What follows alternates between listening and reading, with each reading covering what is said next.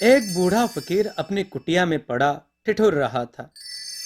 पूस की रात थी, हड्डियों को कपा देने वाली रात। सर्दी अपनी सीमाएं लांग रही थी। फकीर की झोपड़ी में एक रात चोर घुसे। घर में कुछ न था सिवाय एक कंबल के, जो फकीर ओढ़ कर लेटा हुआ था। सर्द रात में कुछ चुराने की नीयत से घर में चोर आए थे, पर उन्हें चुराने को कुछ भी नहीं है। फकीर यह सोचकर पीड़ा से भर गया और फफक फफक कर रोने लगा। उसकी सिसकियां सुनकर चोरों ने पूछा, भाई क्यों रोते हो? फकीर ने कहा, तुम सब साथ आए थे मेरे घर में। जीवन में पहली दफा यह सौभाग्य तुमने दिया। पहली बार किसी को यह लगा कि मेरे पास भी कुछ मिल सकता है, वरना दुनिया तो यही जानती है कि मैं सिर्फ मांग सकता हूं। लोग फकीरों के यहाँ चोरी करने नहीं जाते, सम्राटों के यहाँ जाते हैं। फिर भी मुझ फकीर को भी तुमने यह मौका दिया। तुम चोरी करने आए, मुझे सम्राट बना दिया। ऐसा सौभाग्य, पर घर में कुछ नहीं है, यही सोचकर रो रहा हूं। कैसा दुर्भाग्य है। पहली बार सम्राट होने की अनुभूति प्राप्त होते होते रह गई। भाई, तुम अगर जरा 2 दिन पहले मुझे अपने इरादे की खबर दे देते तो मैं कुछ ना कुछ इंतजाम करके रखता। 2-4 दिन का समय मिला होता तो कुछ ना कुछ मांग मूंग कर इकट्ठा कर ही लेता। पर अभी तो बस ये कंबल ही है मेरे पास। यही तुम ले जाओ और देखो, इनकार मत करना। इनकार करोगे तो मेरे दिल को बड़ी ठेस पहुंचेगी। फकीर कहता जा रहा था, अपनी भावनाएं चोरों के सामने व्यक्त करता जा रहा था। निष्कपट भावनाएं थीं ये, कोई बनावटीपन नहीं। वह चोरों को फुसलाने या फांसने की कोई चाल नहीं थी। वह उसके दिल की बात थी। जब आप सरल हृदय से निष्कपट होते हैं तो ऐसे ही भाव भरते हैं। दूसरे आपको विचित्र, सनकी या पागल कह देंगे। वे कहाँ देख पाते हैं आपके मन को सोने का बनता। चोरों के साथ भी यही हुआ। वे निष्कपट थोड़े ही थे, ना ही दयालु थे। जिनके घर में चोरी करने आए हैं वह प्रतिरोध नहीं कर रहे, बल्कि इसलिए रो रहा है कि उसके घर से कुछ चोरी ही नहीं हो रही। यह सब सुनकर चोर घबरा गए, बेचैन हो गए।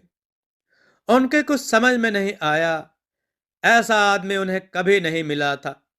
चोरी तो जिंदगी भर की, मगर ऐसे आदमी से पहली बार मिलना हुआ। भीड़ भाड़ तो खूब है, पर उसमें आदमी कहाँ। शक्लें हैं बस इंसान की। इंसान बचा कहाँ है अब। तरह तरह के ख्यालों में खोए चोरों की पहली बार आंखों में शर्म आई। पहली बार किसी के सामने नतमस्तक हुए। उसकी बात को मना नहीं कर सके।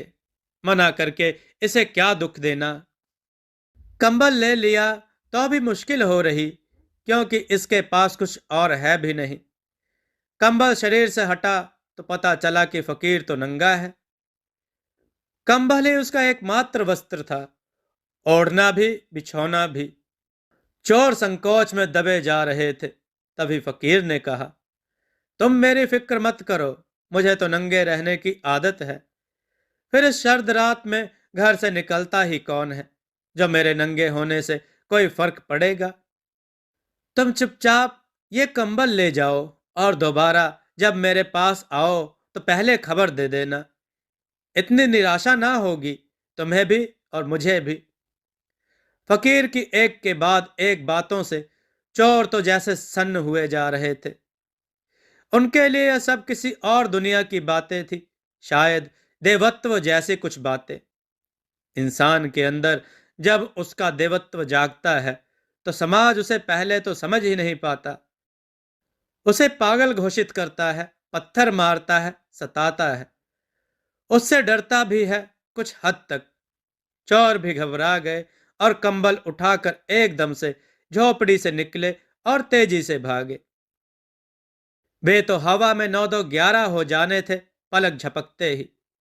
तभी फकीर कड़कती आवाज में चिल्लाया, सुनो, कम से कम दरवाजा तो बंद करो।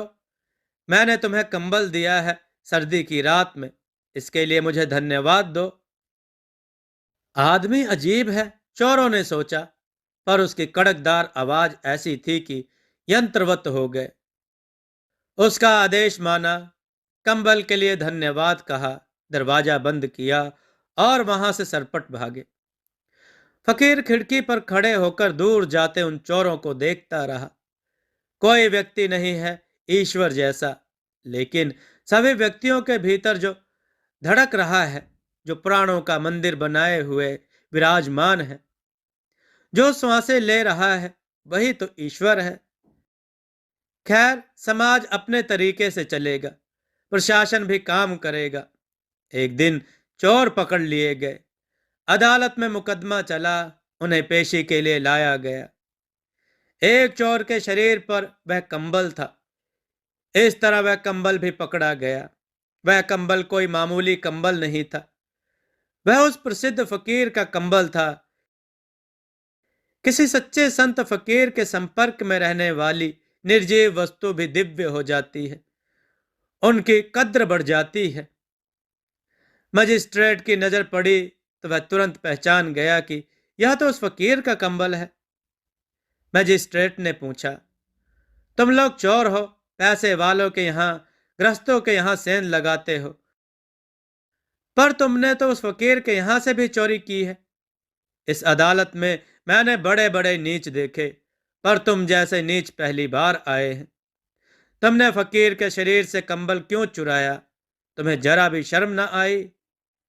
चोर कहते रहे, माई बाप, हमने चुराया नहीं, फकीर ने स्वयं दिया है।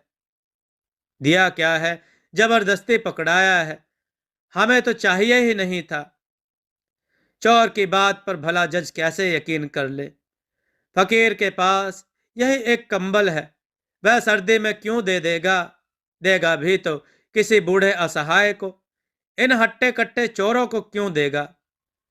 बड़े नीच हैं चोर, चोरी और सीना जोरी दोनों मेरे सामने कर रहे हैं, इन्हें तो खूब सबक सिखाऊंगा। यह सोचकर मजिस्ट्रेट ने चोरों को आंखें दिखाई और डपटा। मजिस्ट्रेट ने चोरों से कहा, मैं फकीर को बुलाऊंगा। अगर फकीर ने कह दिया कि कंबल मेरा है, तुमने उसे चुराया है, तो फिर और किसी प्रमाण की जरूरत नहीं। उस आदमी की एक बात हजार आदमियों की गवाही से बड़ी है। फिर तुम्हें मैं सख्त से सख्त सजा दूंगा, ऐसी सजा जिसे तुम्हारी रूह कांप जाएगी। फकीर को अदालत में बुलवाया गया। चोर तो घबरा रहे थे, कांप रहे थे। फकीर अदालत में आया और उससे पूछा गया। फकीर ने मजिस्ट्रेट से कहा, ये लोग चोर नहीं हैं, भले लोग हैं। मैंने इन्हें कंबल भेंट दिया था, इन्होंने मुझे धन्यवाद दिया था, और जब धन्यवाद दिया तो फिर बात खत्म हो गई। मैंने इन्हें कंबल दिया, इन्होंने मुझे धन्यवाद दिया। इतना ही नहीं, ये इतने भले हैं कि जब बाहर निकले तो दरवाजा भी बंद कर गए थे। मजिस्ट्रेट ने चोरों को छोड़ दिया, क्योंकि जिसका सामान था वही कह रहा था कि ये चोर नहीं, भले लोग हैं। चोरों का हृदय परिवर्तन हो गया।